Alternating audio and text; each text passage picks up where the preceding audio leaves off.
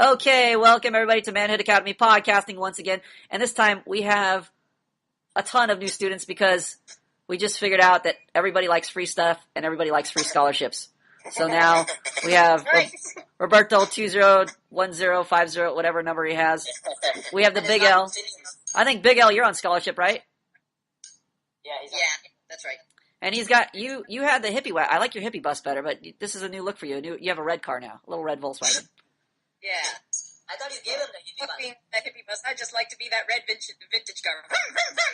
This guy's like a kid. He's definitely like a grown-up 10-year-old. He's Clowny McClownerson right now. Eventually, we'll get him back to something attractive versus something clowny.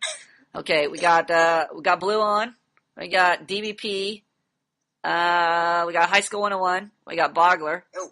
You guys are so fucking confusing because you have like 50 different nicknames, and then I try to only mention your forum names on the podcast. We got Roberto something, and then of course the Jar. Did I miss anybody? No. Okay, good. No, sir.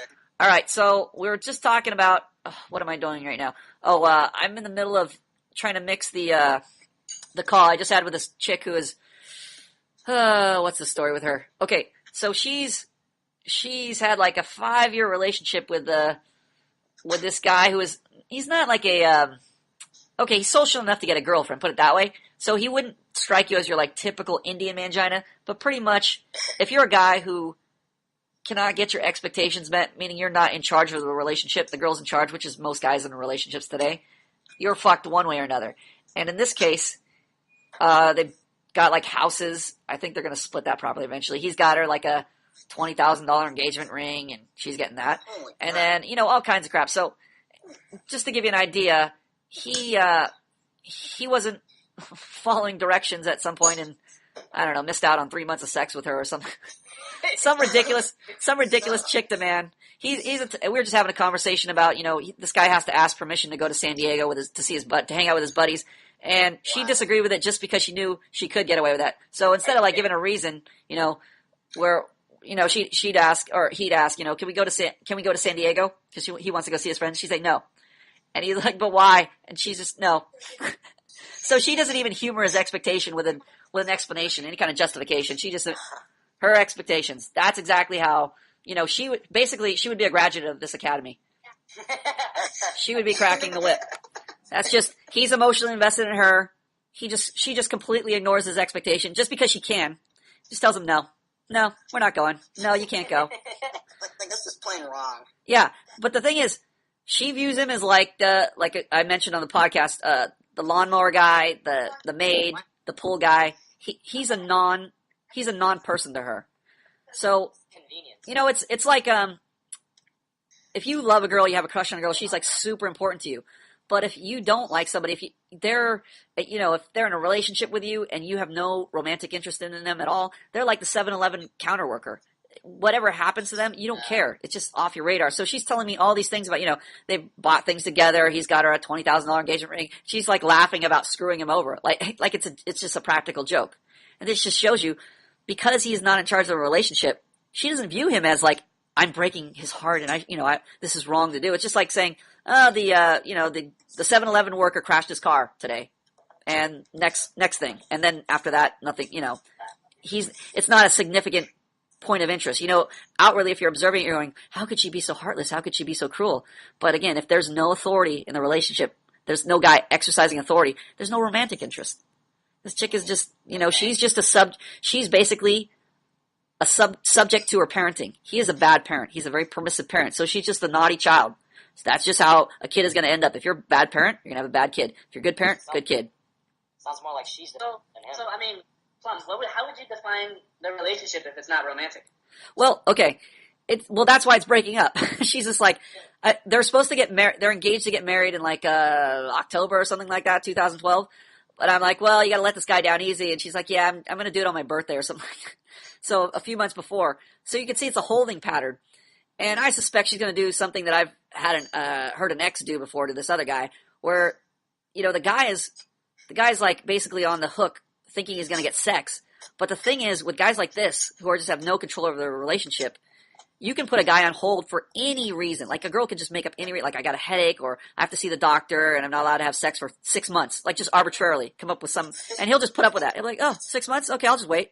You know, just some bullshit excuse. So I know, like, if we started a romantic relationship right now and we started fucking, she would find some excuse to not fuck him, even though they're in a relationship or living together, you know, etc. She would just find an excuse not to have sex with him, and he would put up with it. That's how pathetic these guys become when they really don't have any control over the relationship. They have no say because they're always like, oh, if I don't do this, no sex. When they don't realize just the opposite is true. If they don't put their foot down, they're not getting any sex. It's funny, like, no, you have like this perspective, and I think most of us, when we hear this story, because we come from an emasculated perspective, we hear these things and it's like, it pings my heart. It really, like, it's like someone taking a pick and just like stabbing my heart with it, because I can understand this guy's pain. Well, yeah, you can, but it's good. The reason why this is particularly good, I want to kick myself because if I missed a really good portion of it in the beginning, and I started to realize I should be recording this because this is super educational, because it's coming right from the chick. You could see the chick's perspective. You could see why she's doing things, how she's doing them, and she was like explaining just in detail, because I was like, oh, this is a good interview to have. You know, I have a perfect prime example here of a guy who is in a relationship, thinks he's getting married, so he thinks things are going good. You know, this is a lot of manginas out there. They're in a relationship and they're thinking, oh yeah, we're together. We've been together for X amount of years, so I'm secure. No problem. They don't realize that it's not about the amount of time you're together or, you know, the experiences you've had together. It's either your relationship is going forward or it's going downward.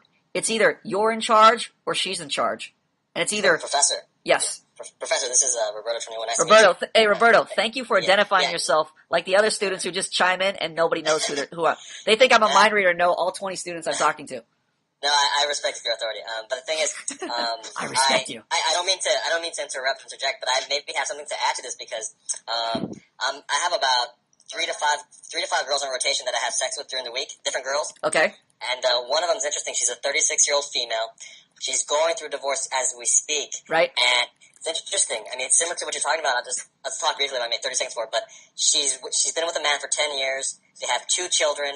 And just listening to, I mean, I'm fucking her, and it's just amazing how she's throwing it. She's the one who initiated the divorce. She's throwing it all away. It's just amazing what these women are doing. It's ridiculous. Yeah, well, it's not really amazing if you understand why. That's the thing. Like, if you just look at it as an outside party, not having any insight into male-female relationships, how they should work, then it's almost like, this girl's so evil. I mean, this guy's so, you know, he's such a victim here. But you don't realize it's a two-party system here.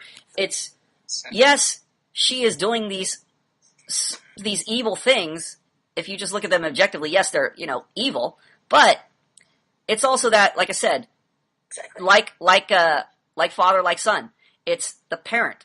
If the guy who is rightfully supposed to be in charge of the relationship, like for instance, this girl, she's telling me all this stuff about how devious she's being with this guy, and you know, just eventually going to screw him over. She's like even got it, you know, scheduled down to when she's going to officially screw him over. And she's telling me this stuff, and you would think, well, I'm hearing this. Does that mean she's untrustworthy? Like I shouldn't trust her? No. Because I'm hearing this, and I'm like, oh, she's screwing this guy over. Look, she's blatantly doing this. It's like it's so devious. Like she's wearing one mask with him, and then behind his back, she has a totally different intention. So if I was uneducated in what was going on, I would think, wow, there's no reason for me to get in a relationship with this girl. She's totally untrustworthy. But I realize, because she has no emotional investment, that's why all this is happening. But with me, I am laying down the law and letting her know what my expectations are and what she can and can't do.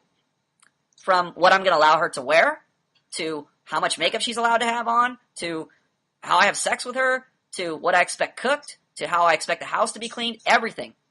I mean, even, you know, there's girls I kiss where I don't like the way they kiss. And I tell them, look, that's fucked up. I want you to do it this way. So in every little thing, I am micromanaging. I am getting my expectations met because I'm like, when this makes me happy, this will translate into making you happy, into making us happy.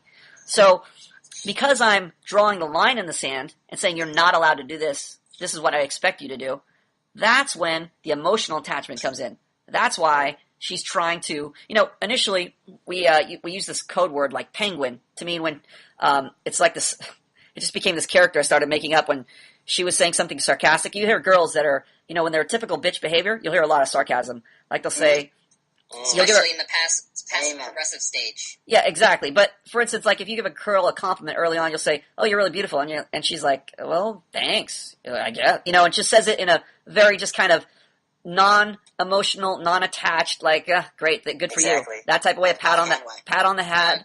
So I don't like that, and that violates my expectations for conversation with a girl or developing a relationship. So I'm gonna definitely punish that and give her my expectation. So when she says that, I'm like, no, I don't like that when you act like a guy or this reaction, I don't like that. It should be like this. So I tell her exactly what I don't like. I punish that, and then I tell her what I do expect.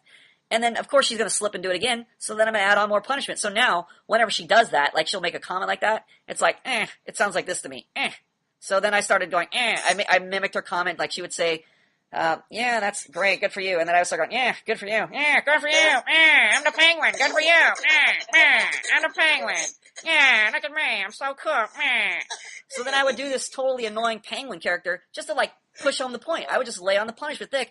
And then now she tries to avoid the penguins, and she apologizes if she's being the penguin, and I say, knock off that penguin shit, and she's like, oh, I'm so sorry, I didn't mean to do that. And then she catches herself, like she says something, and then I say, like, I'll compliment something I like, and I'm like, oh, see, I like it when you do that little smiley thing. I love it. That's the best thing ever. And if she says something stupid I don't like, I'll just, like, almost not respond, and she knows there should be a response from me, and she'll catch herself and go, oh, I mean, and say it the right way, the non-penguin way. She even drew me a comic today of Batman defeating the Penguin, because I always joke around like I'm Batman. I'm like, yeah, beat up the Penguin. The Batman beat up the Penguin.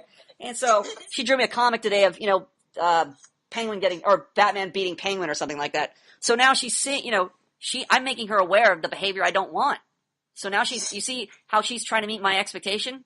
Before, this is most guys. They're like, how do I please the girl? What's the way to meet her expectation? That's the attitude you come with. That's the attitude she should be coming with.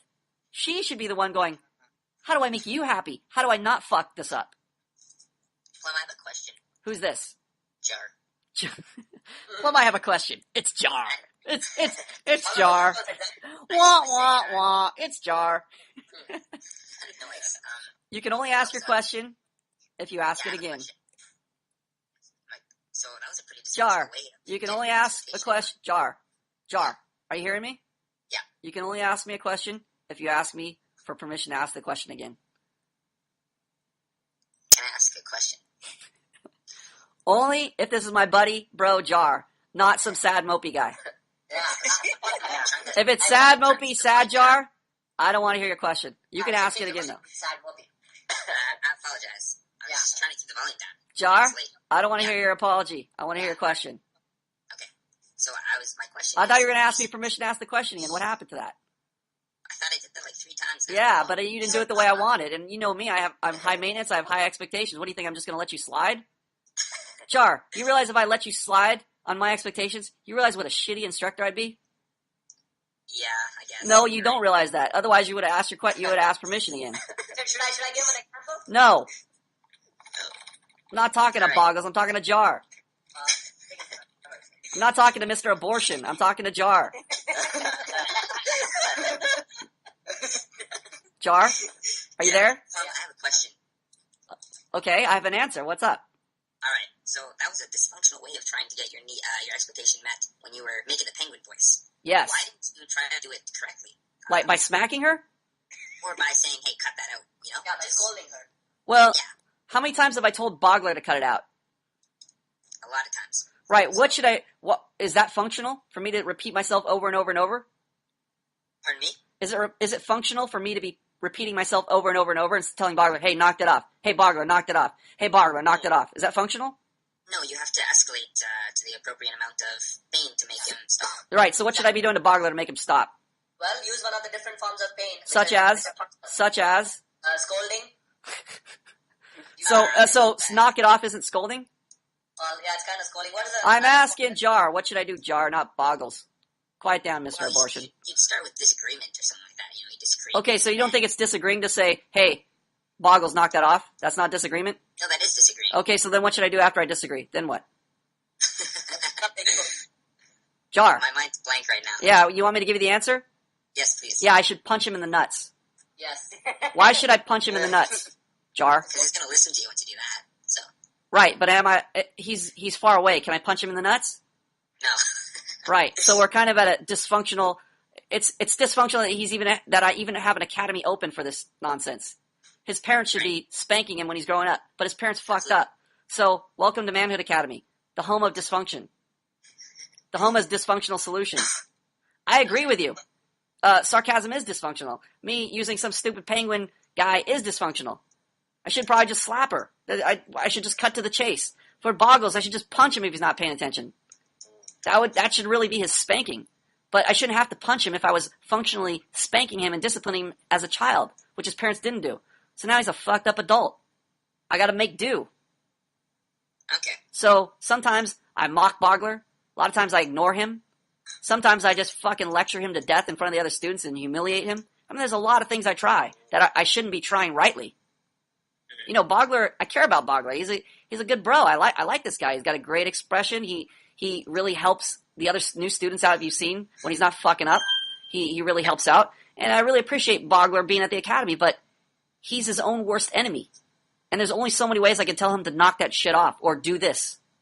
Like when Bogler, you know, it's new to you when you tell Bogler, hey Bogler, and Bogler types in the chat room, gee guys, I don't know what to do to improve my expression. What should I do? And everybody's gung ho to go, oh, have you ever thought about maybe, typing something in more degrees of expression to get yourself more expressive, or read this section of the ebook? And Bogler says, okay, read stuff in the ebook. Okay.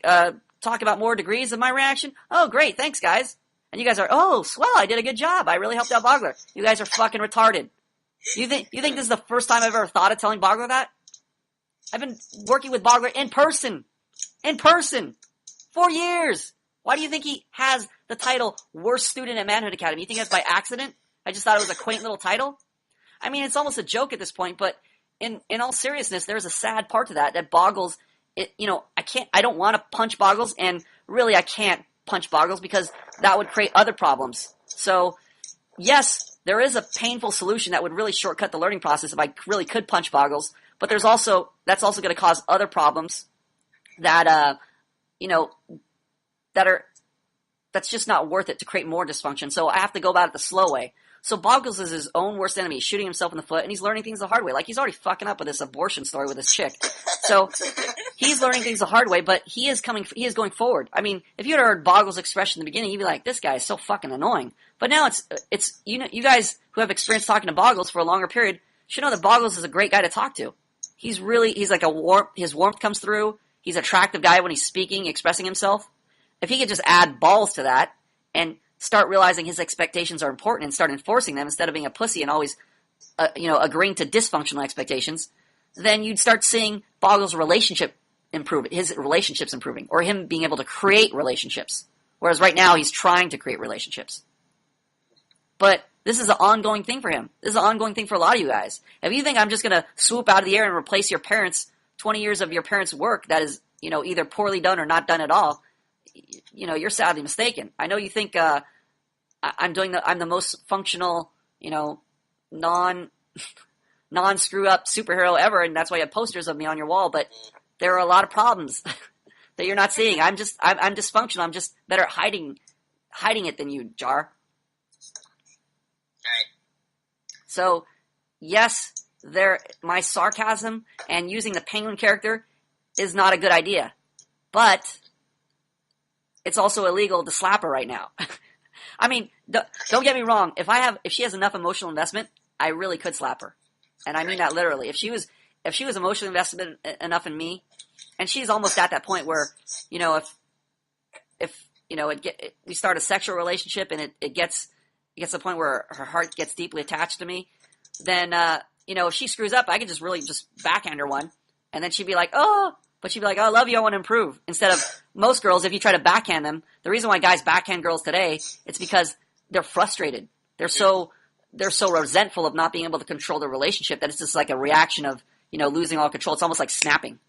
So, Professor. Yes. This is Roberto 2121. May I ask a question? Yes. Or Hold may I on, just let add me something? finish this. Don't add anything yet. So, most guys if they're like backhanding a girl or slapping a girl, they're like going Chris Brown on the girl and beating the fuck out of her. And then the girl calls the cops. Why does she do this in this case? Because he hasn't even trained her. He is reacting to her controlling the situation. That's why when he gets physical and violent, slaps or whatever, she calls the cops because She's the one in charge of the relationship, not him. Whereas if I were to slap a girl, before I'd ever even consider doing that, I would have to have emotional investment first. Now, I don't usually even let it to get to that point where I even need to slap a girl. That's, it's already, when I'm first entering a relationship, I'm already letting the girl know I'm in charge. So that is one of my main selling points why even a girl is even attracted to me is she knows I'm in charge. That is a very attractive thing to a girl. So right off the bat, I'm letting her know I'm in charge.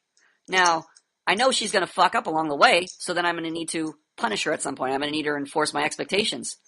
Sometimes that'll be, look, get the fuck out. Come back when you're not a bitch. Sometimes, it'll be a light spank on the ass or something like that. But I don't really need to I don't need to be Chris Brown. And I would never end up being Chris Brown because that Chris Brown situations arise from not having control of the relationship in the beginning. So if I ever were to backhand a girl, slap a girl for that reason, just because I was punishing her and I was being, I don't know, for whatever reason, I just went to that mode and just slapped her, she wouldn't call the cops on me. She would take it as, oh, I'm doing something really wrong and I need to fix my behavior, my bad behavior. And the reason why she'd have that reaction and not oh, how dare you hit me, I'm going to call the cops. The reason why she would have that reaction is because she'd have to be emotionally invested in me. I would have to be in charge. I would have to be the one saying no and setting boundaries for her to even take that punishment in that way. Roberto, what's up? I want Roberto to Go ahead, Roberto. Go ahead.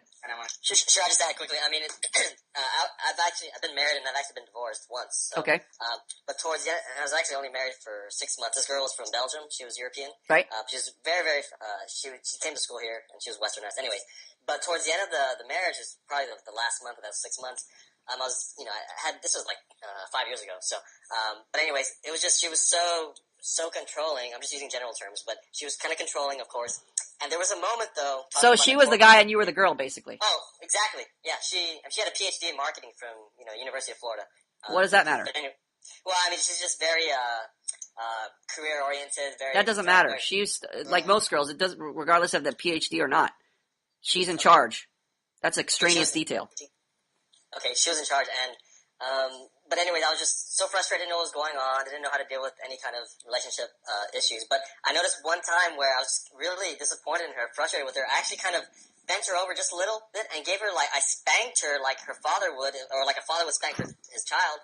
And I noticed she really, on the look on her face, she felt really, really bad that I was she felt like, oh no, this is not good. So it's something I don't think you ever need to get to the point where you're doing corporal punishment, but it's the most I think you'd ever need to do would be a spank on the ass. And for some reason, it seemed like it really worked. It's a very simple slapping. Well, I don't want to advocate slapping at all because sure.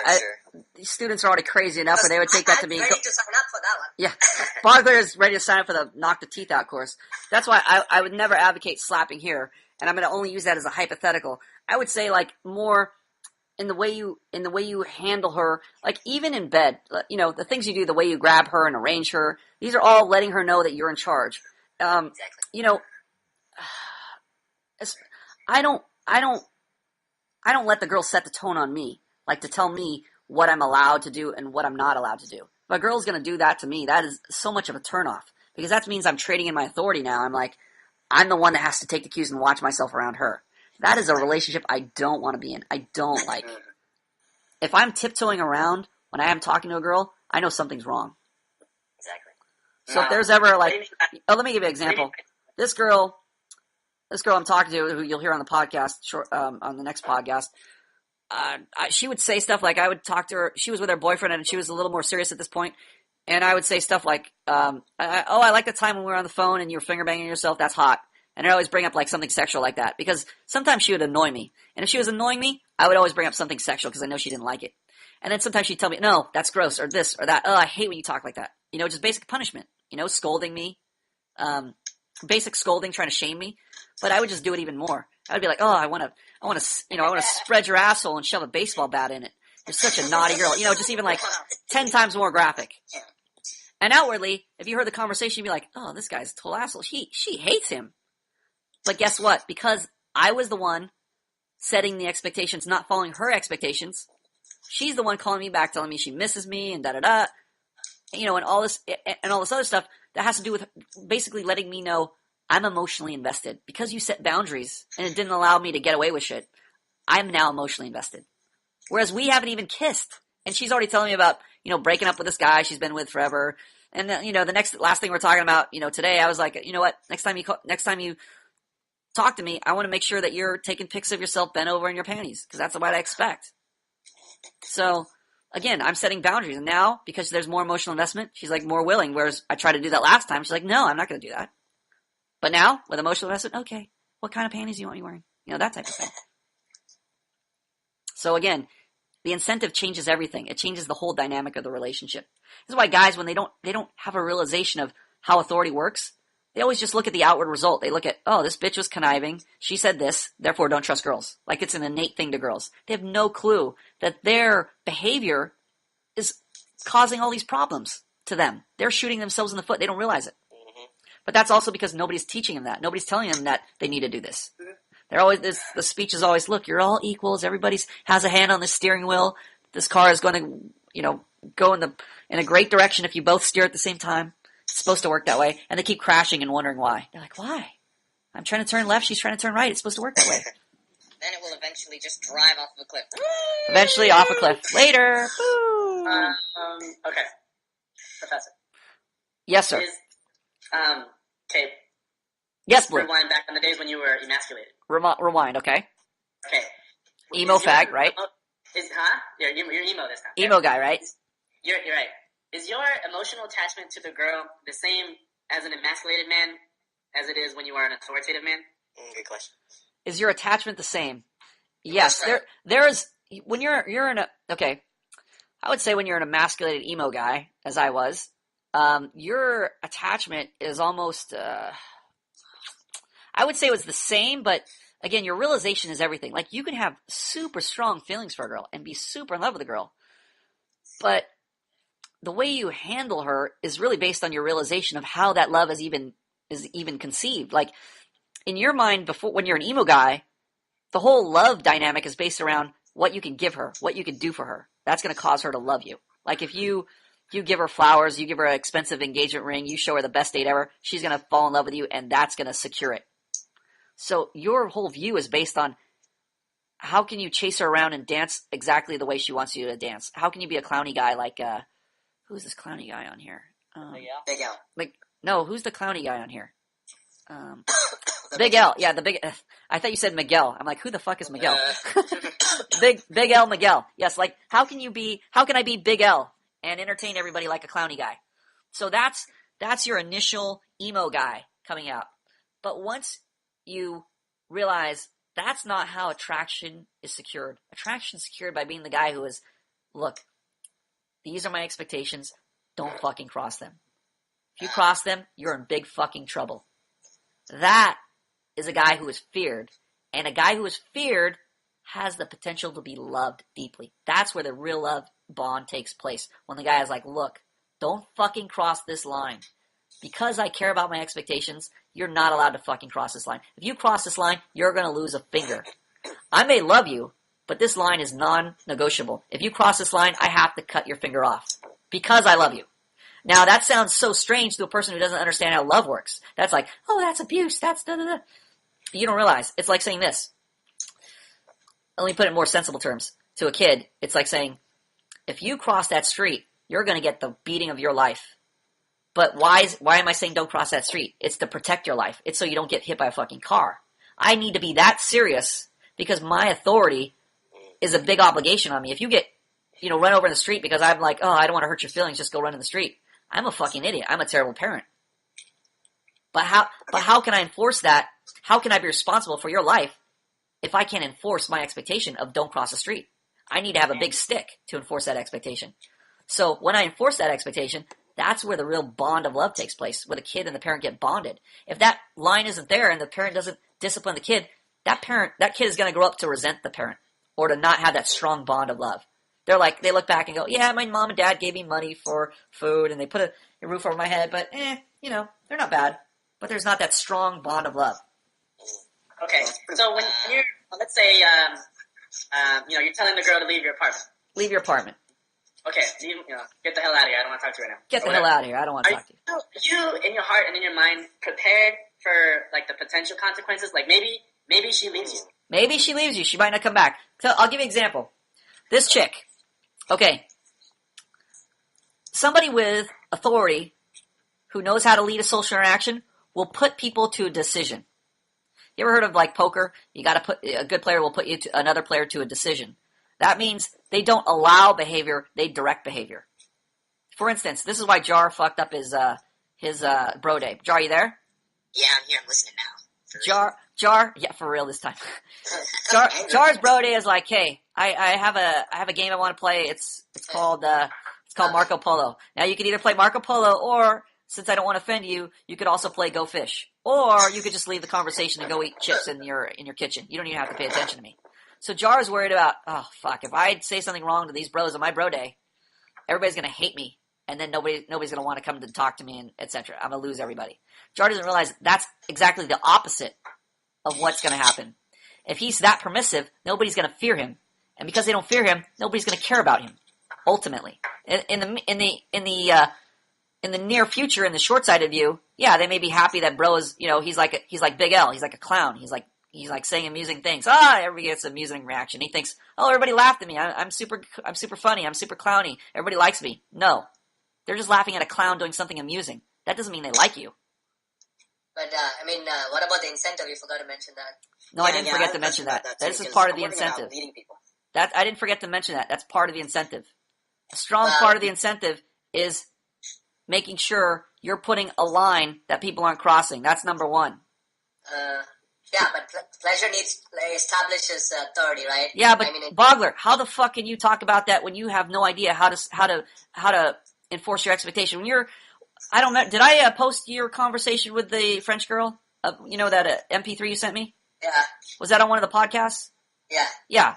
That's you enforcing your expectations? Yeah. Yeah, that's fucking terrible. Okay. That's you having no fucking line. Please listen to me. Yeah, I don't like it when you do that. Yeah, okay, cool. Problem solved. That's you. That's not a fucking enforcement of an expectation. That's you just kind of hemming and hawing around. So how the fuck are you worried about giving an incentive when you don't even know how to fucking establish your expectation yet? You don't know how to do either one, Bogler, so you should be listening to both sides. You're caring about you're talking about I should be worried. I should be talking to you about incentive right now because you already have, punishment master. You already know how to enforce your expectations. You don't know how to do fucking either, Bogler. I think Nick is confused because, after this whole, pseudo breakup, I don't think they were together, but when she left, she said that he was demanding. So but he's demanding because he doesn't realize how to do either. When he's enforcing his expectations, he's not enforcing them. So his whole expression is all based around meeting her expectations. It's not like his expression isn't, part of your expression, part of being candid is expressing what your expectations are. Not just being a stimulating guy, not just leading a conversation. Why are you leading a conversation? Why are you leading the conversation? If your answer is, I'm leading the conversation because it's a good idea, that's not a candid expression. That's you having read the ebook and thinking, I should be saying a lot of stuff and dictating subjects, topics to talk about. It's not candid expression. That's you following what you think the ebook is saying. That's you trying to be honest. I was going to ask you. Hold on. I need to clarify that because people are going to go, what the fuck? Being honest is bad? No. Being honest is good. But, like we say, Hitler is honest. He honestly thought it's a good idea to kill Jews. Just because you're doing something honest doesn't mean you're doing something functional. So Bogler needs to be doing something functional with his expression, not just talking about, his reaction to the tabletop. Oh, this is a beautiful tabletop counter. It's so great. It's so awesome. It's not stimulating. It may be your personal reaction, but your personal reaction also has to do with you expressing your expectations, what you expect, why you want this, and then enforcing it. All this has to do with your expression. Yeah, Plum, can I ask a question? Wait, we need to finish this. Hold on. Oh, fuck, I got sidetracked with Bogler. God damn it, Bogler. This is another bonus to Bogler. He fucks up your amazing point. I had a point to make. Can somebody get me back on track? What was the original question about? We were talking about Jar, Brode. Okay, Brode, okay. So, I was like, where is even the incentive? When I hear Jar's voice, even if he punishes me, I'm like, alright, fine. Okay. So, God damn it, Bogler. Okay, so back to the original point. Jar. Yeah. Your bro day fucked up because you're like, here's a game I want you to play, Marco Polo, but you also have the option to play Go Fish or just going to the kitchen and eating chips. But you have to be a guy that's willing to draw the line. You have to be the guy that's directing traffic. You have to be the guy that says, look, here's what I expect you to be doing, which you're not doing. You have to be saying in no uncertain terms, look, we're going to do this. Some people are going to be grumbling, oh, that's going to be boring. Some people are going to be like, oh, this is fun. Some people are going to be like, what if we do it this way? First and foremost, you have to say, look, I may fuck this up. These may be bad, dysfunctional expectations, but I'm going to try and get them met. So that means I need to be enforcing them. That means I need to be directing people's behavior and saying, look, this is what we need to do. And if you're not going to do it, I'm going to get you off the podcast. I'm going to get you off the bro day. I'm going to cut you off. I'm going to cut you off Skype off the Skype call. You're gone. Right. Okay. You have to be the guy directing traffic. Now, the other part is incentive, the positive incentive, giving people pleasure. Why should they even listen to you? Well, that's where the stimulating part comes in. And we talked about that on the last podcast. Did anybody pay attention to that? Did anybody read that? Did anybody listen to that? What did we talk about as far as creating an incentive? We talked about from scratch. How do I create an incentive? Okay, let me get a perfect example. In the chat room, new guy comes in, got a scholarship like 2 days ago, ask a question. Hey, what did he ask? Anybody remember? He asked Care Bear Stare. No, he didn't ask Care Bear Stare. He asked a question. Need help with the schedule or something? Need help with the schedule. What did everybody in the chat room do? They were just chat on. Why? He just went on chatting. Why did they just keep on chatting? They forgot to acknowledge him. No, that's not the reason care. why. They're assholes. They're assholes. Yes. Why are they assholes? I feel maybe if somebody saw, like, they would have. Maybe if I saw or something. I don't know. Sometimes it could be overlooked too. Anybody else want to give a non-asshole excuse? No. Boggles, this is why you're the worst student at Manhood Academy. I want you to pay attention. Eventually we're going to get to the right answer here. Then you're going to learn something. Because they're lazy. Yes, they're lazy. What else? Because they didn't care about creating a relationship with them. Like, right. Why? See, this is why this guy is going to be a genius one day. Why didn't they care? Say that again. Repeat what you said. Pay attention, everybody. They didn't care about creating a relationship with them. Sorry, I interrupted you. Say it again. Because they didn't care about creating a relationship with them. They didn't care about creating a relationship. Why not? Because we generally don't care about creating relationships with anybody. That's why you're here. Yeah. Because you're fucking idiots. You're fucking assholes. You just see a guy and you go, what do you see when you hear a question? Like, hey, where's the bathroom? New retard. Yes, but what do you see when you see a question? What is that? An expectation, a demand. Yes. What do you think about demands? Fuck him. Fuck him. Who is he? Why the fuck do I need to answer a question? That's effort. Why do I need to do that? Read the fucking book, asshole, right? So students come in, hey, I don't know how to post an EM report. And of course we have a post in there that says, here's how to post the EM report, you idiot. So what are the other students who have been here for a while, what do they say? Read the post. Read the post, you fucking idiot, right? Just like Plum told us, read the fucking post. Yeah. What should you really be doing? Creating a relationship, guiding him, leading him, practicing leading. Yes, you should be doing what? We're talking about what? Incentive. What does that mean? Creating a relationship with them. Yeah, that's too vague. That doesn't mean anything. Create a relationship. You might as well say make ice cream. That doesn't mean anything. Leading him, giving him direction. Leading him doesn't mean anything to me. Can somebody give me a practical answer? What do I need to do to create this relationship? You want him with an answer. Directions. You want to help him. I want to help him. What do I need to do to help him? Give him a reason. Give him a reason. Give him what? Pleasure. Pleasure. An incentive to be helped. Right. No. Well, pleasure is the good answer. So what does that mean more practically? What do I need to do? The answer. I need to give him the answer. I need to tell him how to find this thing. Why do I need to tell him that? Because you're rewarding him with a relationship. So reward. What is it going to do when I do that to him? He's going to want to reward you.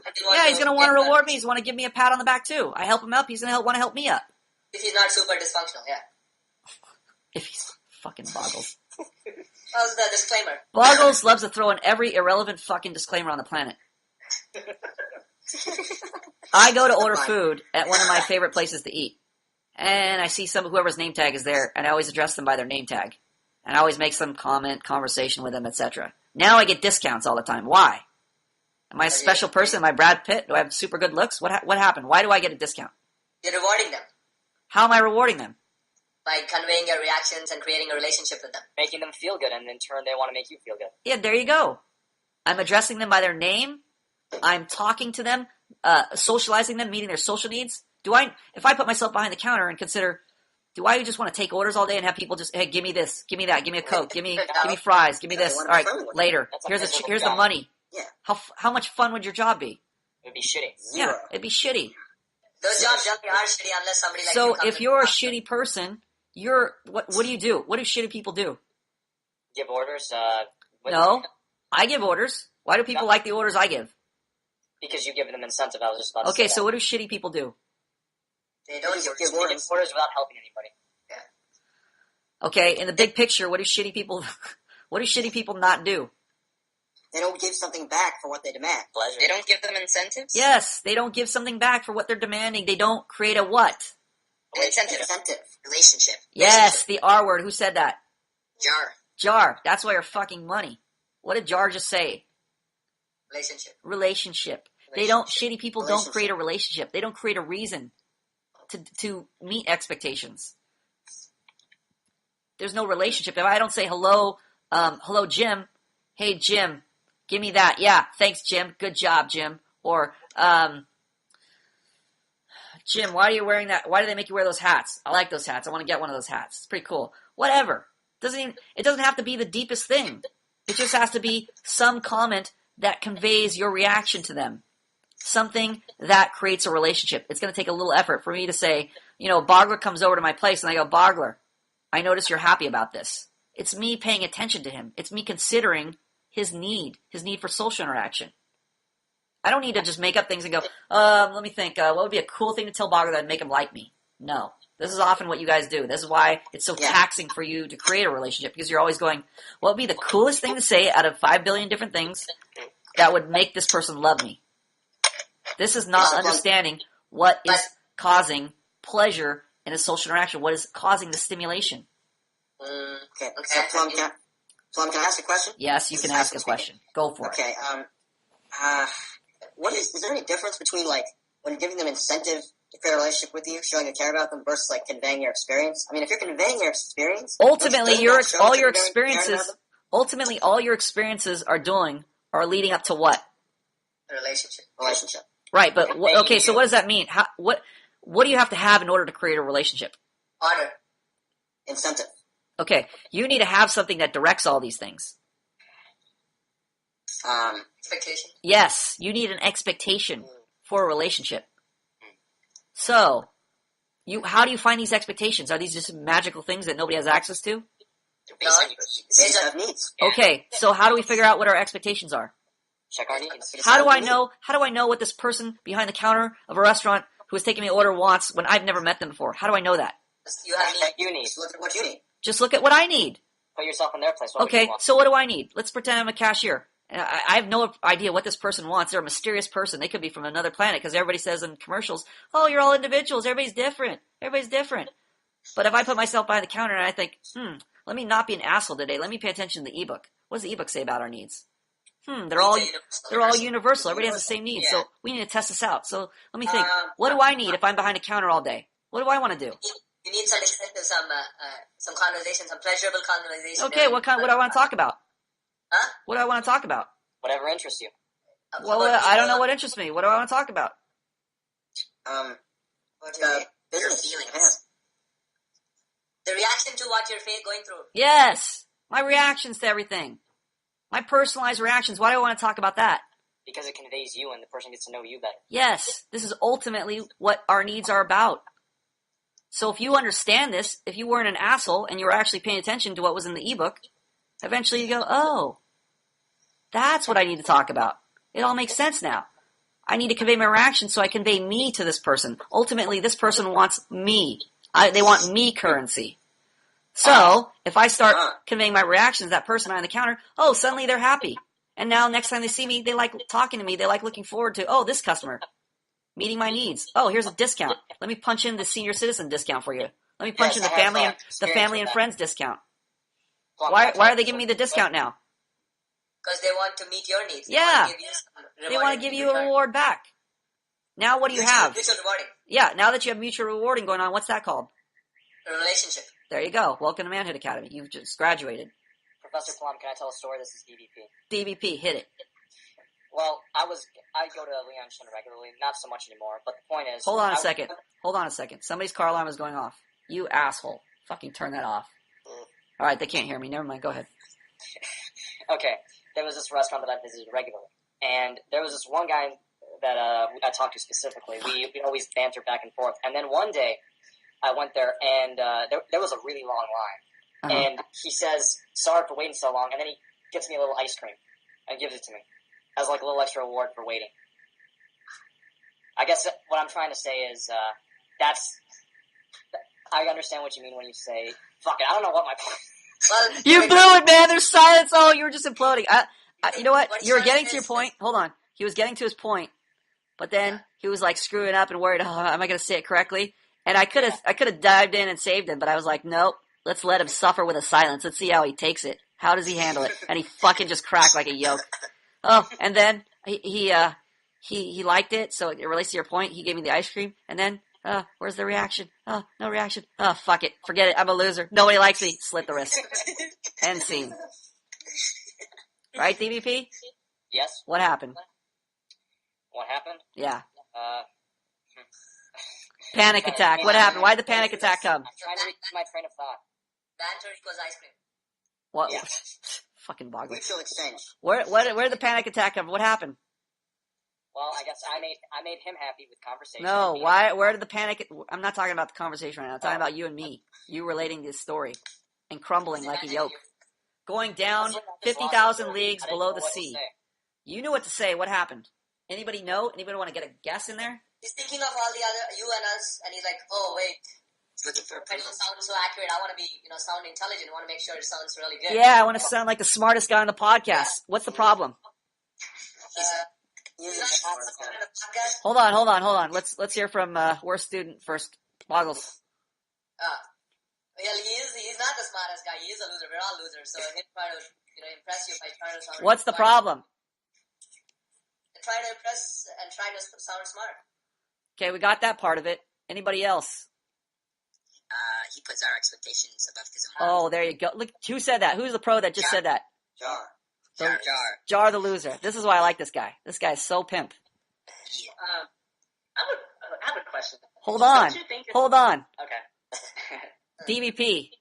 Yeah. Take two. Okay. Say it again. The whole story? Shh.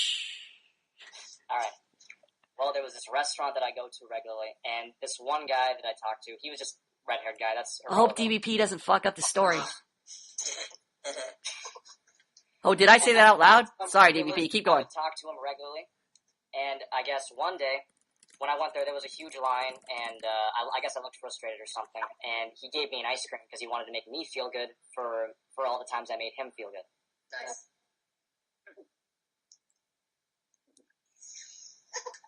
You did it, man. You done, DVP? Yeah, I'm done. What was the point? I was relating to your point about how you said that if you make somebody else feel good, they're going to want to make you feel good. Oh, how come you didn't crack under pressure that time? I put you on the spot there. What happened? Got it. I don't know. Well, one day you're going to figure that out and post it in an EM report. It's going to be awesome. Give himself permission this time. Well, maybe we'll hear from DVP someday. Yeah, dude, I'm waiting for that EM report. Yeah, waiting for that. It's awesome. Especially these podcast EM reports are so important, but students are such fails, they don't realize that so many interactions happen all the time, and they never write them down. Because they're assholes. I was talking to you. What? Couldn't hear anything. Fuck. So amazing to always hear Bogler in the background, and then 500 other people on top of Bogler. Well, there is some issue right now. I think every time you speak, I hear an echo from... Yeah, I hear an echo too. Sounds like... Uh-oh. DVP, you need to check your thing. Oh, yeah, it's because I'm not using a headset. Hold on. Come on, man. Hey, Stevie. you said there was an echo before. Well, there was. I just delayed. I was passive fuck. Okay. Blue, what were you going to say? No, I just wanted to make a comment about, how you always harp on how we always try to meet the expectations of others before trying to meet our own expectations first. Don't you, isn't it a little bit paradoxical or, ironic that the reason why we're learning Manhood Academy is so that we can meet up to their expectations even though they don't know what those are? Meet their needs. Meet their needs, not their expectations. You're talking about dysfunctional expectations. You're talking about Disneyland expectations. Well, I know what Blue is meaning. He's like, when you see another guy You want to show him that you're a cool bro. Wait, yeah, that's dysfunctional. Okay, how do you show him you're a cool bro? Roberto's a new kid, but he's Roberto. You still there? Yes, sir. Yeah, Roberto's a new guy. He's a new kid to the academy, but he likes torturing cats. So to impress him, he wants you to torture a cat with him. What do you do, Boggles? Just to get out your knife? What do you do? You start talking about dogs and try to get him away from his bad thing. Fucking From his Boggles. bad habit of torturing cats.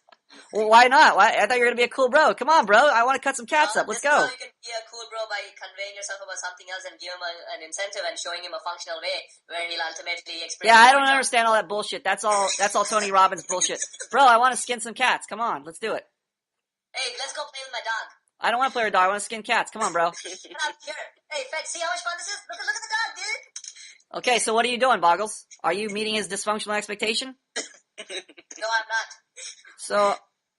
So Blue, is that clearer to you now? Yeah, I just think that a lot of us, like, we think of these needs as expectations. Because I know sometimes when I don't express myself well, like, I know that I'm not expressing myself well. Right. So then a part of me feels like I didn't meet up to, like, what they needed. And it makes me neurotic in some way. You didn't meet up to what they needed.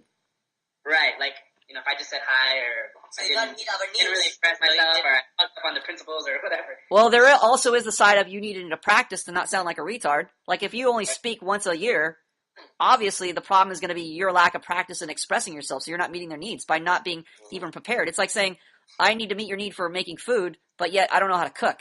So you're fucked. What's the problem? I don't know. I'm not even prepared to meet your need. Don't you have to have some preparation to be able to meet needs? Like if you have to take care of a family, do you need practice with that, or you just automatically, boom, I know how to pay bills, I know how to do this, I know how to schedule things, I know how to do, Does that take any training to be a parent? Yeah, it does. Are you sure? Blue? Does it take training to be a parent? Yes. I would say it takes training to be a responsible parent. Okay. I would say your qualified answer is correct. I would agree with your super qualified answer. Correct. From now on, we'll call all qualified answers Boggler answers. Nothing Boggles. 100% bulletproof answers. What? 100% bulletproof answers. Bulletproof answers. Yes. No holes in them.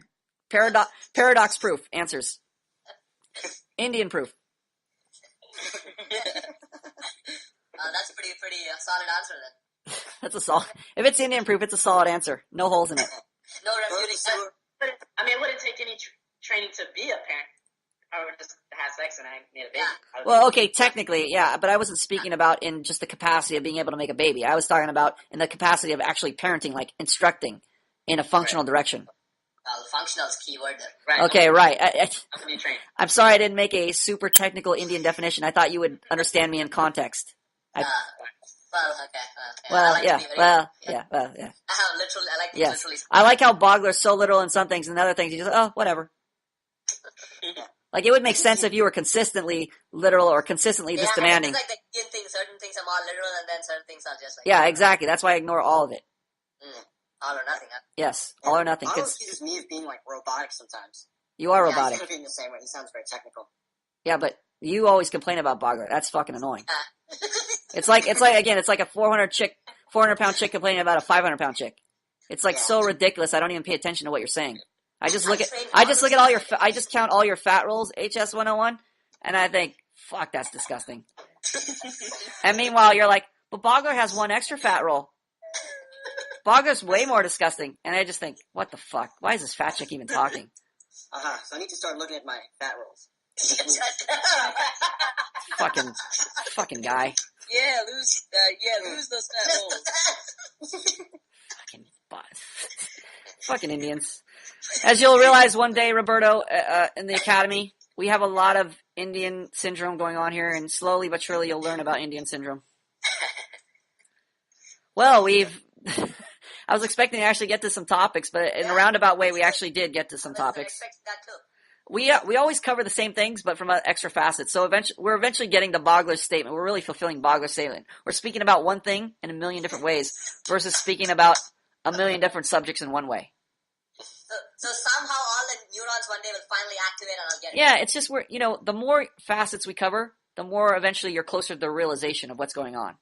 Because a lot of problem is we're really talking about the same things in just different. We're just hitting it from different angles. It's not like we're talking about secret things this time. Like this is a new and improved podcast. This is new and improved information. No, it's just we're covering this information in more thorough ways, repeating information. Okay, things are getting covered. Yes, eventually you realize it's the same thing. You'll start seeing the matrix, The principles. the principles. What Fold. are the nuances? Okay, Plum, I have one more question about incentive. Okay. So, when you're giving the example with, like, the kid who was running out into the street, and the parent who said, don't run out into the street, I'm gonna beat you. I'm gonna beat your ass off. The parent also gave that kid incentive by providing him shelter, food, and water. So in a sense, the incentive I give people is, like, the same thing, where I don't want them to, like, fuck around with me, but I also convey my experiences and, like, stimulate them, and that all relates back to the relationship. Yes. Of course. Like Bogler says, like instructor Bogler said, of course. That's a validation question. He knows the answer. Oh, he knows the answer? Yeah, that's pretty obvious. Oh, fucking HS 101. You're trying to fool me. You're just trying to get a pat on the back. Yeah, Well, no, I don't know the answer. I was asking. Thanks for seeing through that, Instructor Boggles. You done that over 1,000 times, so it's kind of... Fucking Indian, don't try to fucking trick me. I got Boggles watching your back. You can see it in the post, you can see it everywhere. Yeah, he's fucking fishing for validation. Fucking fisherman. You want a cookie? What do you want? What do you want out of me? High School 101, what do you want out of me? You want a cookie out of me? No. You want a cookie out of me? Can we work on Mr. Robot? This guy is so annoying on his expression. It's so monotone. At least be annoying like Bogler. Yeah. Bogler doesn't know anything, but he's so expressive. It's almost hypnotic to hear his nonsense. No, Plum, you answered my question. I'm all done. I got it. Yeah. I didn't answer your question. How did you get it? Well, because I was talking about, like, everything we talked about before. I was just like... That's so vague. That's so general. I don't even understand what you're saying now. Yeah, so... Fucking Indian guy. Hey, High School 101. Why don't you tell me about something you like?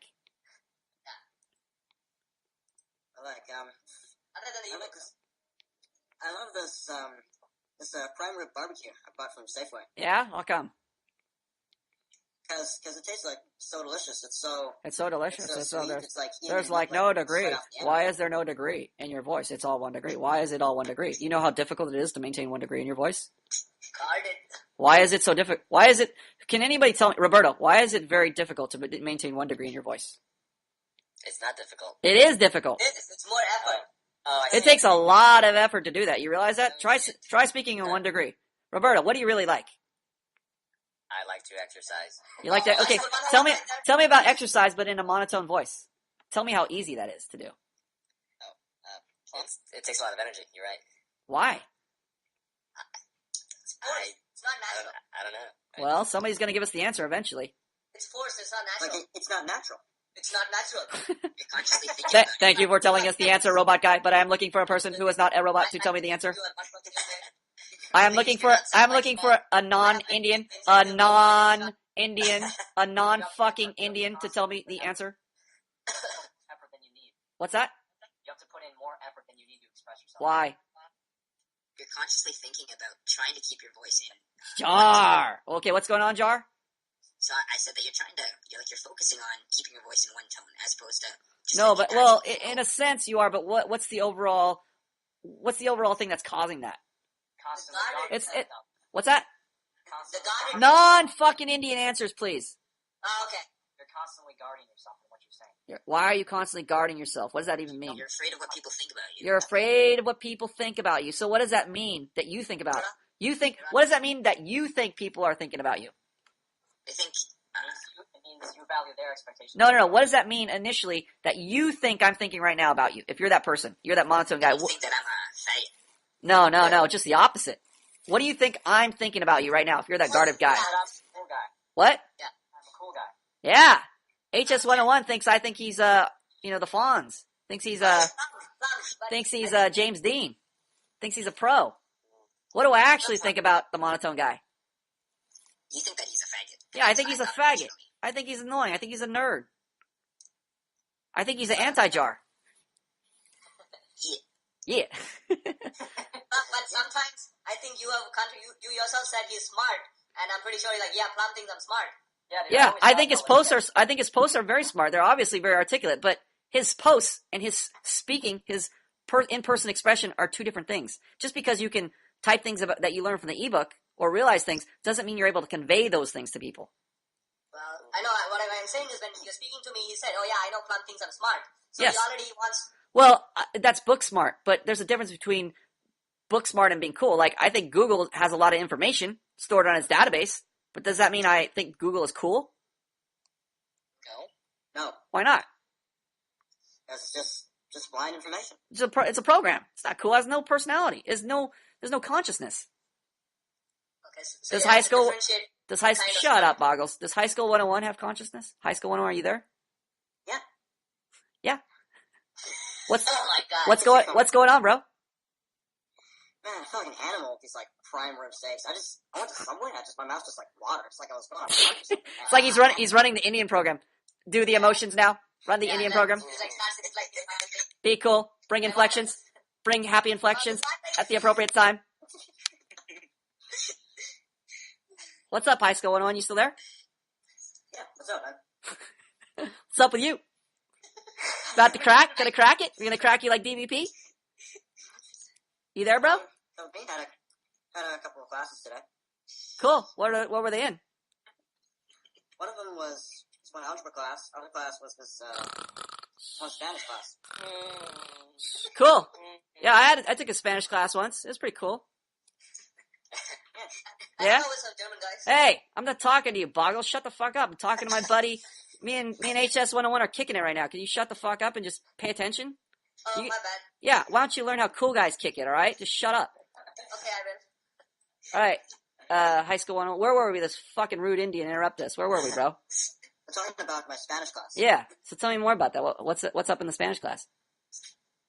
Well, we have this professor who comes in every day and says, "Buenas tardes." He always surprises us with everything he does.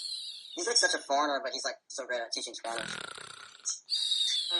Even like learning Spanish, it's like learning a math question almost. It's just in grammar. It's like High School 101 is just on autopilot. He takes no consideration of his audience. It just is like, how do I input the program? The program is going in. I am inputting the emotional program.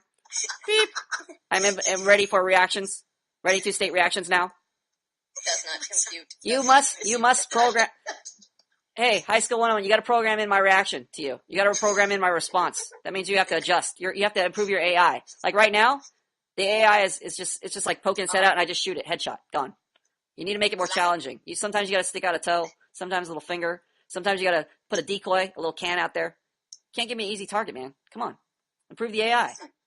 The AI needs some feedback to complete. Yeah, shut up, Boggles. I'm talking to my bro here. We're trying to be cool here. What's up? Yeah, well, Yeah. learning grammar in Spanish, it's like it's just a completely different world from English, basically. Yeah. I mean, Cool. Yeah. the grammar's like totally. Grammar's just Yeah, it's different. Yeah. Yeah, it's different. What's up, bro? High School 101, you there? Yeah, I'm still there. Cool. How's it going? It's going great, especially in this podcast. Yeah, sounds great. Cool. Yeah, great. Yeah. So, what was up today? What's up? What have you been up to? Also up to weightlifting. Yeah, sounds like you're buff. Yeah. Tell me about it. I'm pushing the limit at the gym. Yeah, push the limit. The whole reason I go to the gym is just like fulfill the purpose of the gym. I want to push my limits there. I did 145 pounds. Sweet. Leg press. Yeah. Shut up, guys. Come on, man. He's trying to fucking. We got him on the stage, man. Come on, relax. High School 101. So you guys, I want to hear something from you with your eyes closed that you actually enjoy or hate, either one. I really had the Mexican food at the cafeteria today. It's just so awful. Oh boy. Okay. Can we not talk about food or Spanish? No classes. No. People laughing at you in the podcast. Yeah, talk about people laughing at you in the podcast. How's that feel? These fucking assholes are laughing at me in the podcast. Like, I'm just trying to have a fucking conversation with Professor Plum and they keep laughing at me. It's like little kids making background noise. It's so goddamn irritating. Oh, look at it. Fuck. This guy went out of robot mode, went into human mode. Yeah. He activated. Yep. I'm gonna take my hand and just slap all of them like successfully. That's how I feel right now. It's like being up in front of the class and everyone's like laughing at me. I have this paper and it's crumpled up. I'm trying to give like this little like goddamn speech or something. They just won't let me like think. I can't even hear myself think with their laughter. Look at this guy. He's on a fucking roll. That's awesome. Sweet. Finally, we figured out High School 101 is not a robot. He's not a cyborg. There is a person underneath there. There is a person who is trying to guard himself, but eventually, when we touch the emotional point, and he's like, okay, somehow he stops self-monitoring and he releases, and you could see there's inflections in there. Are those inflections forced inflections, or what is going on with those inflections? Where are those inflections coming out? Genuine emotions. It's a genuine emotion. He's inflecting where there's emphasis, where there's a natural emphasis in his emotion. I hate that. I like that. Something like that, where there's a natural inflection. That is the unguarded point. That is the candid point in his expression. That is the attractive point. See, when he's sighing, oh, I'm such a fucking loser. That's the attractive point. That's the real point. It's like a burden has been lifted off my shoulders. Ah. I just like venting myself. He's reinventing. Next time, he'll come back with a different program. Congratulations. I don't know, man. I'm not convinced. Blue's not convinced. Thank goodness it's over. I'm not convinced. Yeah. Blue thinks you're an android. Yeah, based on flash record. I don't believe I don't believe high school had a breakthrough right now. I don't think he had a breakthrough either. I think he has a new program. We'll see. Time will tell. Time will tell.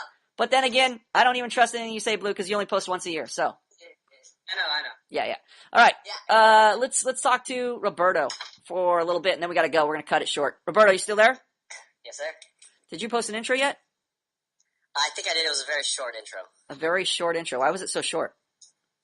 I didn't know exactly how much to put into it. No. Why was it so short, buddy? I think I was just trying to get in as soon as I could, and I kind of rushed it. Yeah. Why was it so short? Come on, I don't even see it here. What are you talking about? Where's Roberto? I don't even see your intro. Where would it be located? In the matriculation section? Matriculation. Yeah, shouldn't see here. I need to log in. Yeah, it's definitely not in here. Did you read the news? Did you go to the student orientation section? Mm-hmm. Yes. Did you read all the things about, posting an intro first thing? I maybe read it once. So basically you didn't pay attention to anything. Pretty much not. So you're an asshole, basically. Basically. Yeah, exactly. So welcome to Manhood Academy. I'm not going to fight you. I'll just go ahead and say, yeah, I'm an asshole. Yes, I wouldn't fight me either, because we believe in telling the truth here. You're an asshole. I believe you're an asshole. Yes. So you're a typical Manhood Academy student. You're a perfect candidate. Eventually, we're going to teach you how to follow directions here, how to get your intro, how to create relationships. This is the first step. So a lot of this is going to be bumpy. Everybody's expecting this to be super smooth. Like, High School 101 has been here for a long time now, and he still thinks it's going to be super smooth. He still thinks, I just reprogrammed my expression program and it's all set. No. It's not that simple. There's going to be a lot of fuck-ups along the way. A lot of those have to do with listening skills. Listening skills are not something you're born with. They're something that need to be taught. It's a matter of discipline, and that's going to take effort. So you're going to learn here from the podcast, from interacting with the students, from attempting to create relationships and failing, like Jar on his bro day. So what's Jar need to do? He fucked up his bro day. What's the next step he needs to take? I'm going to do another one. He has to do another one. He already knows. He's a pro. That is what a pro does. So who's next on the bro day roster? DVP. DVP, you're next? Oh, yeah. Yes. The second one, yeah. Okay, who's after DVP? Let's get two more people in line already. I don't think Blue ever did one. Blue, you ever done a bro day? No. He should go before me, since I've already done that. Okay, Blue, can you do this week? Or do you have some pressing engagement? I could do this week. Will you do this week? I'll do it this week. It's never can or can't. It's always will or won't. You're going to do it this week? I'll do it. I'll do a bro day this week. All right. Make sure you announce it. Get your invites out. Get it on. Roberto, Yeah. Yes. you ever done a bro day? No. You even know what a bro day is? Not exactly. How would you find out what a bro day is? Get on the forum, I guess. Okay, but what's one of the most important resources here? Is it the ebook? That is number one. What's number two? The chat room? Okay. What's number three? Um, Getting warm. the board index. What does the chat room contain? Students. Students. Yes. So that means in forming the relationships, it's going to be a lot of, I don't know what to do. I need your help. That's part of forming a relationship, isn't it? Exactly. All right. Well, now you know. You're going to be asking some questions. People are going to be telling you where to find the bro day posts. Some asshole students will be going, look up the fucking bro day posts, or go look in the forum somewhere. Students who are pulling their heads out of their asses will realize, I need to form a relationship with this new guy. He's going to be part of my life. He could be a cool bro to me. And so if I want to be a cool bro to him, I have to meet his need. He obviously needs to know where the post is located. So I'm going to post a link to get you there. You'll read the examples. I might talk to you in a Skype call or private message and, have an interaction with you and then get you kind of comfortable and let you figure out how a bro day works. And then you're just going to have to do it. I'll tell him where it is. Excellent. Will you please tell me? Boggles? Of course. Of course. Boggles wants to tell you. Whenever the microphone's on and there's people watching, Boggles always wants to perform. That's true. One day when the microphone's off, Boggles is going to do it without any prompting. When the microphone's off, then you'll know that Boggles has graduated. Okay, so Roberto. Yes. You're going to have to listen to some podcasts with some bro. Actually, I don't know how many podcasts there are with bro days, but you're going to have to look at. You're going to actually participate with. Hopefully this week you'll be on with Blue, who's running the next bro day, and then you'll be up to bat after him. Okay. So you have to look at the bro day post. Third, you're after him. So you guys will. What about Big L? You might ask people, and you might ask the wrong people. So you're gonna have to keep asking people until you figure out what bro day is. Okay. All right. So I'm gonna let you struggle. I could tell you the answer right now, but I'd rather you fuck it up. Okay. What about Big L? What'd you say? He hasn't done a bro day either. Big L, you still there? Yeah, I'm still here. What happened? You were very chatty in the beginning. I'll host on the fourth bro day. Big L, you were so chatty in the beginning. What happened? But you crashed him, man. I know. I cracked him No, what happened? No, I didn't crash, actually. Yeah, he didn't crash, actually. He's still pro, right? Yeah. Wrong. Silly Boggs. He crashed. Boggs, don't worry. He crashed and burned big time. Yep. All right, Big L, you're before DVP. You bumped him back to fourth spot, so you're third in line now. Okay. You know what a bro day is? No, actually. Okay, so you're gonna have to find out. You know how to find out? Check the appropriate form. Check the appropriate form? Yeah. Check the appropriate section of the forms. Were you paying attention to anything I just said 2 seconds ago? Shit. Damn it. Yes, no? You have to ask the students, bro. They'll walk you through it. Okay, that's my porn. Tell me. No, he'll tell you later on. He'll tell you later on. He was giving you the right answer. I'll call you after the Skype call. I'll call you in high school. I need to talk to both you guys. Yeah. Call me tomorrow then. No, I'll call you after this. Fuck, I gotta sleep. Dude, so do I. I've only slept for 4 hours. Awesome. You're shitting me. This is just this is just like back in school when people are trying to get the answers for the test before the test comes. Yeah, I've been paying attention, teacher. Yeah, I know what's going on. Yeah. Oh, fuck. F again? Failed again? Oh, wonder why. Okay. Well, thank you. You've got a slice, for all the new listeners, you've got a slice of the Academy, the Manhood Academy pie. You see a whole mixture of students from fails to semi-fails to sort of fails to guys who are learning how to become more competent in their social interactions. And you see... You didn't get through all the topics. We didn't even cover any of the topics. But in a sense, we did cover a lot of the topics, and we're going to revisit them again. You'll see the same things pop up. So the things we discussed just now were actually, I can guarantee you, the things we covered now were already things that I've already posted in the future. The last 50 podcasts. Yes, the future podcasting topics, and also the previis podcast. So this is a rehash from another angle. Thank you guys. Another angle. Fucking Boggles. Now is the time when you shut the fuck up, Boggles. I'm trying to close the podcast. Thank you. Yes. Without further ado. New.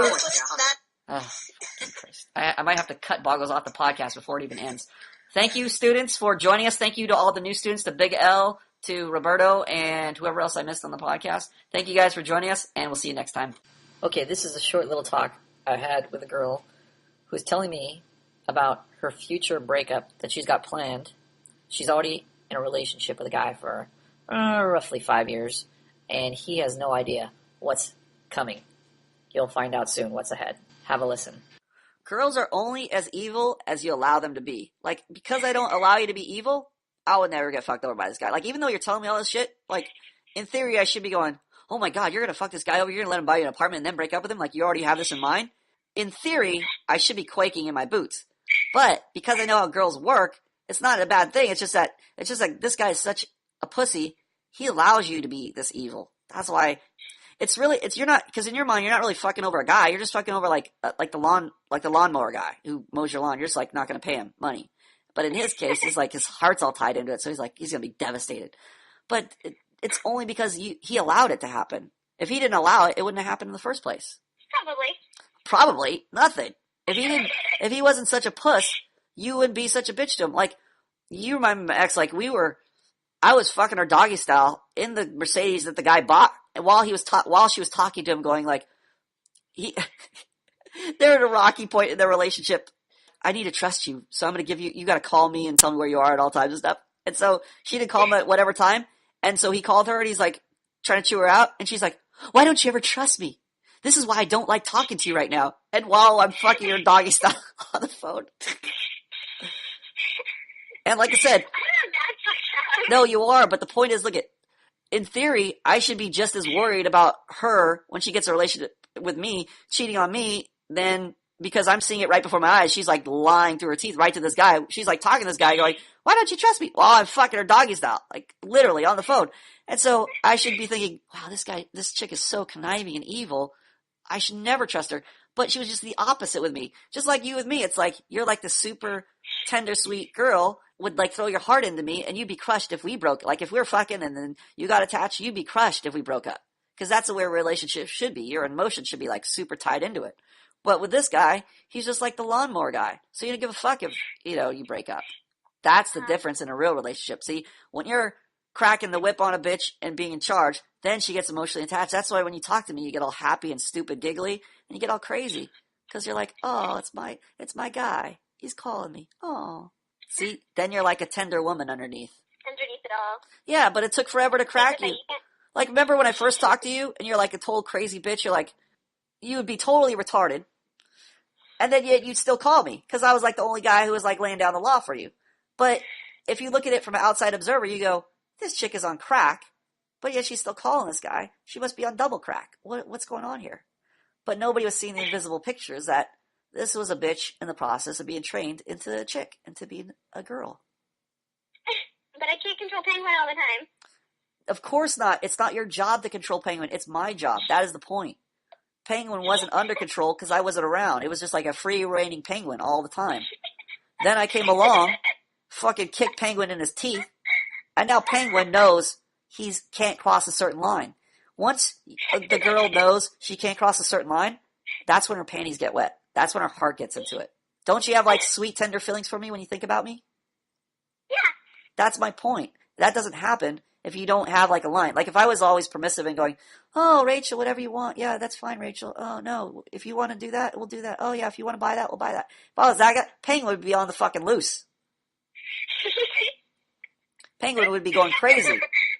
But because I'm like, Penguin, shut the fuck up. It's my way or the highway.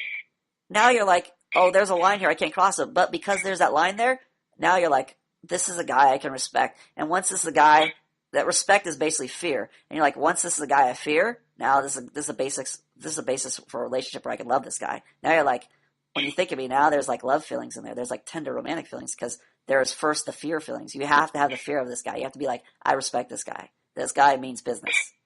I think it'd be really funny if you heard one of the conversations I had with Ryan. Oh God, tell me, please tell me one of them. What do they go like? What are they like? Nothing really. It's just Penguin comes out a lot. No, I know, but I know for sure. I can even hear. I've heard a billion of these conversations. I want to hear what yours like. What are yours like with him? I don't know. Basically, he calls me and then he starts asking me about how my day is going. How's your day, and honey? then he asks me what I want for dinner. What would you like for dinner? What would you like me to cook you? Do you want me to clean the house up? What? How should it be? No, I clean house and I cook usually, but he don't like do anything basically. Tell me. So what do you want to do this weekend? So what do you want to do? You want to do that? I wanted to do this. No, we can't do this. No, we can't. Do you just tell? Wait. Do you tell him? You just tell him no? You're like, what is? Give me a for instance. Like, what does he want to do this weekend? Like say he wants to take a trip down to like San Diego or something to go and hang out with his friends. Okay, so he's like, honey, I want to take a trip to San Diego, and you're like, what? No. And he's like, but honey, please, can I please go? No, it's can we go? Honey, can I go? Can we go to San Diego? Do I have permission to go there? Is that okay with you, please? And it's always just no. And so wait, you just tell? Do you even tell him like no just because you don't want to go, or you just tell him no because you know you can? I just tell him no because I know I can. Oh fuck, this guy's pathetic. No, and then what does he say? He usually just says, well, why not? And Why not? No, we can't go. You don't even, the rad thing is you don't even need to give him a reason. That's how sad he is. Like, I would be like, fuck, you better tell a reason or I'm gonna cut your head off. He's just like, no? No reason? Okay, that's cool. Sometimes he gets upset about it, but we always end up doing what I want to do. Yeah, anyway, so he gets upset, but then he knows, you're in charge. I can't be upset for long. I'm not allowed to be upset. What a puss. Oh my god. I mean, it did take me a long time to train him down to that level. Yeah, but he's such a puss. He was already halfway there, and then by you just be like, nope, no vagina for you. Now he's just like, now he's like a whipped little puppy. That's so sad. That's basically what happened. He didn't get sex for like 3 months because he tried to define me once. Oh, what a puss. Any chick that didn't give me sex 3 months, let alone like 3 hours, I'd be throwing her head through a glass window. Are you kidding me? Wow, what a puss. That's sad. That's just one of those, that's one of those manginas. That's the mangina, the American mangina. That's funny though. It's like we have the total opposite conversations. It's like, look, this is the funny thing. We have the total opposite conversations. We're like, bitch, it's my way or the highway. And that is the thing that actually turns you on. And you're like, yes, I want to do that. I want to do what you want to do. Because if the guy is in charge, the chick always wants to do what the guy wants to do, even if it's like rob a bank. If I'm like, Penguin, we're going to go rob a bank today, you're like, okay, what kind of gun should I bring, honey? What time do I need to be there? What time do I need to bring the getaway car?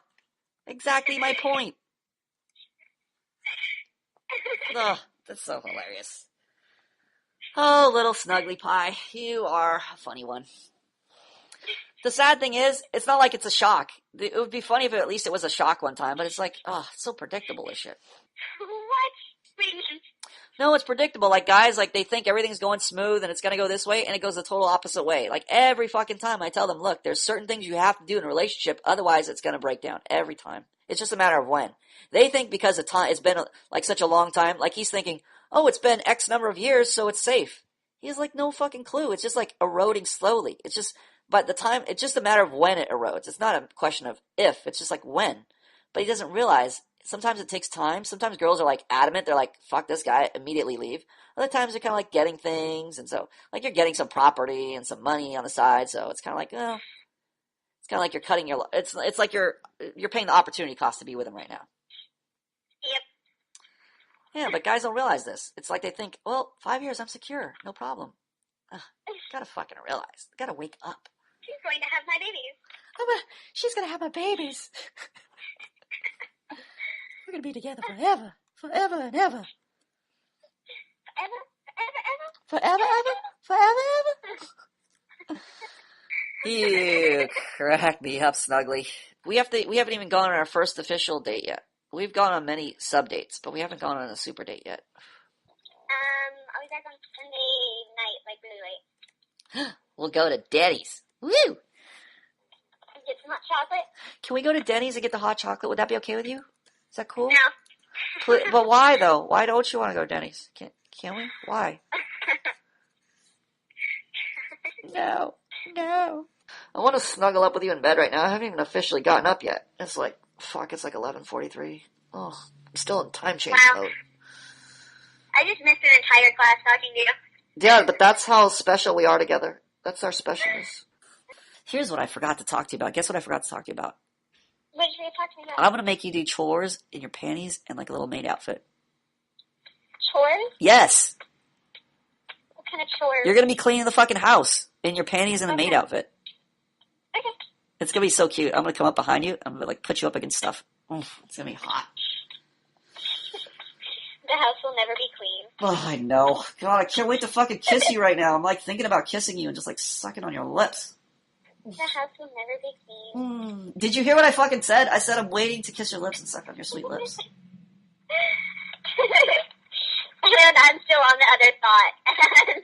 You're such a retard. You're such a giggling retard. You need to get on the fucking same page. Hey, I was enjoying the other page for a moment there, okay? You were still on the sex page like a little pervert, and I made it all romantic. I was talking about... I made a cursory mention of me putting you up against like a desk or something and just like sliding my cock in you from behind doggy style, and you were just lingering there thinking about getting pounded. I had already moved on to a romantic phase, the post-sex phase, after I already shot a load all over your face and you just licked it up. Then we were just cuddling together, and I was like giving you a sweet kiss in an embrace together. We just embraced together. I'm like, little snuggly pie. Love kissing your soft, sweet lips. And then you say, What do I say? I'm kissing your soft, sweet lips. Oh, I'm honey. snuggling you. I'm like, oh, you little snuggle pie. And then you say, I don't know what I said. come on, you fucko. You have to have a cool nickname for me.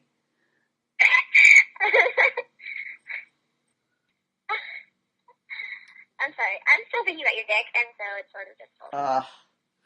You know what was rad? When you were finger banging and you were like, and you came on the phone. I was like, so hot. That was so hot. I was like, oh yeah. I wanted you to If just. I had gone home instead of sitting at Oh, school I and want you to talking be. to You know what's hot though? I want you to be driving your car on the way home and sliding your finger into your panties. And I guess I gotta charge my Bluetooth. Oh God, I can't wait. Oh, why has it been so long? I don't know, because we made a bet. Yeah, remember we made a bet. Like the bet was next time you call me, it's gonna be that you love me more than your boyfriend. I think that was the bet. Yeah. And then, so you were kind of holding off because you're trying to save face. You're like, fuck that guy. I know what I'm talking about. He doesn't know You have anything. no idea. No, I've been wanting to call you for like 2 months. I know, but you're like, your pride is so tough. You're like, no, I'll show him who's boss just like I tamed Ryan. He doesn't know who he's talking about. He doesn't know shit. I'm in charge of this relationship. I call the shots. And then you finally were like, let me send an innocuous message, just like season's greetings, just to see. Is he going to message me back? Oh, dear diary. Is he going to call me back? Ah. Were you like super hoping? You're like, it took all your courage because we know you're a total pussy. I remember how many times we were like trying to meet up. You're like, no, I can't. I freaked out again. So it took you forever to think of the perfect message. What are the various messages you were thinking about sending? I was gonna wish you happy Thanksgiving. Happy Christmas. Halloween. Damn. Happy Halloween first, and you're like, fuck, it's past Halloween. I can't do that. Then what? Then you're like, Well, no, I've been wanting to talk to you. Yeah, but weren't you thinking about different messages? You were trying to think about different ways to break it so it didn't make you sound like a retard. But what were your different things you were trying to use? I wasn't going to just try to not look like a retard. I was gonna just send you one that said, hey, thinking about you. Oh, yeah, see? And that would have broken the bet, though. You would have been wrong. You were like, fuck, I can't send that. Yeah. Oh, you little snuggler. I missed you so much. It's just hearing from you. Like, when I heard your voice for the first time in a long time, I was like, oh, my cock just went whoop. It went right in your mouth. It went whoop. I wish. Oh, I miss talking to you. You know that? Oh, yeah? I miss talking to you, too. You know what? We have, it's weird. You're, so retarded, but we have the best conversations. Because you dominate them.